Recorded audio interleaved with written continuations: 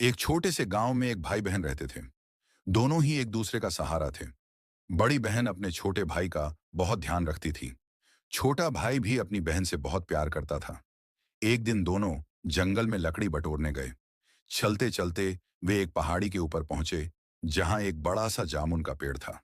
पेड़ पर गहरे बैंगनी मीठे रसीले जामुन लगे हुए थे। भाई बहन दोनों ने मिलकर खूब जामुन खाए। पेट भरने के बाद छोटे भाई को बहुत तेज प्यास लगी। उसने अपनी बहन से कहा। दीदी, मुझे बहुत प्यास लगी है। बड़ी बहन बोली। तू यहीं रुक, मैं पास के झरने से पानी भरकर लाती हूँ। बहन एक घड़ा लेकर पानी लाने चली गई।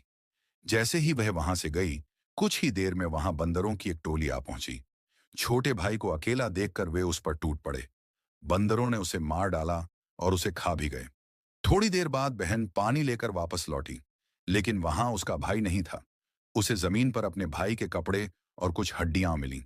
यह देखकर वह जोर जोर से रोने लगी और घड़े का सारा पानी उन हड्डियों पर डाल दिया। जैसे ही पानी और बहन के आंसू हड्डियों पर पड़े, एक चमकदार रोशनी फैली और अचानक उसका छोटा भाई उसके सामने खड़ा था।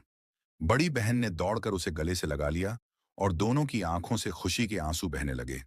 इसके बाद वे दोनों हाथ में हाथ डाले खुशी खुशी वापस अपने घर की ओर चल पड़े। 小红书 एक छोटे से गांव में एक भाई बहन रहते थे। दोनों ही एक दूसरे का सहारा थे।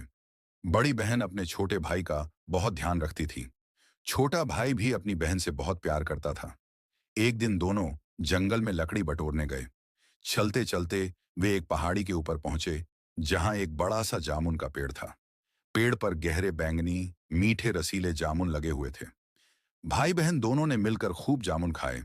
पेट भरने के बाद छोटे भाई को बहुत तेज प्यास लगी। उसने अपनी बहन से कहा। दीदी, मुझे बहुत प्यास लगी है। बड़ी बहन बोली। तू यहीं रुक, मैं पास के झरने से पानी भरकर लाती हूँ। बहन एक घड़ा लेकर पानी लाने चली गई। जैसे ही वह वहां